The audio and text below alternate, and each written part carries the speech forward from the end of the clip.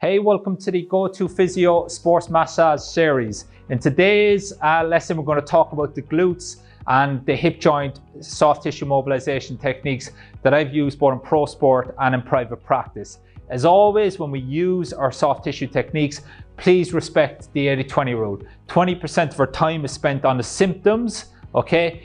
80% of our time is spent on asking ourselves why these tissues are in this state, so to speak, or reacting like this in the first place. And that's where we have to find the true cause of the problem. If you want help with that, head over to thegotophysio.com. I've got loads of tips and help for you there. Okay, so without further ado, here's my favorite techniques to mobilize the glutes and various other deep rotators of the hip using sports massage techniques.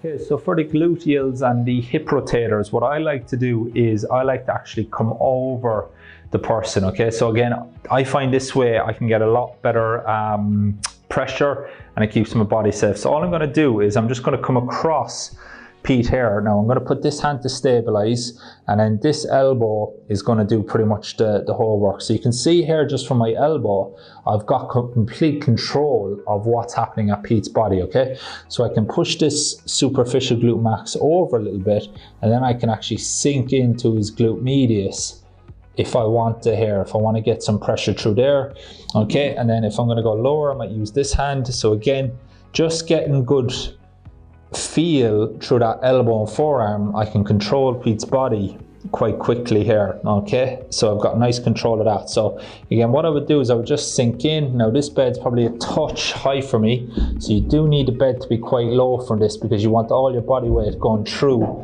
the forearm. So my stance is quite wide, and then all I'm going to do is I'm just going to sink through that tissue, and then I'm just going to put a force through it. So again, I'm just running my hand from that greater trochanter towards the sacrum, okay, to get all those deep rotators. Again, you know, we will be influencing them some little bit here. We'll have a lot of glute max here obviously as well because we're going through that. We'll have a lot of skin, we'll have probably a lot of adipose tissue, etc. Okay, and then the higher I go with glute med, I can do that, and I usually like to do that inside line, okay?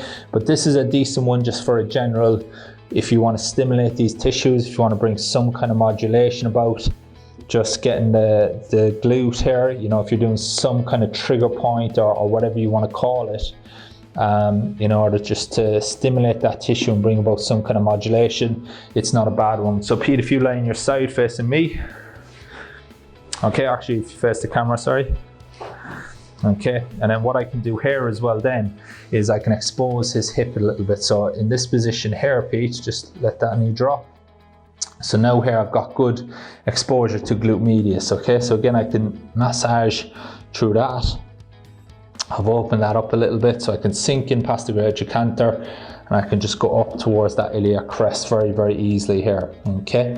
So again, whether you choose to take off the person in shorts, you know, that'd be your decision. If they're wearing appropriate underwear, absolutely fine as well.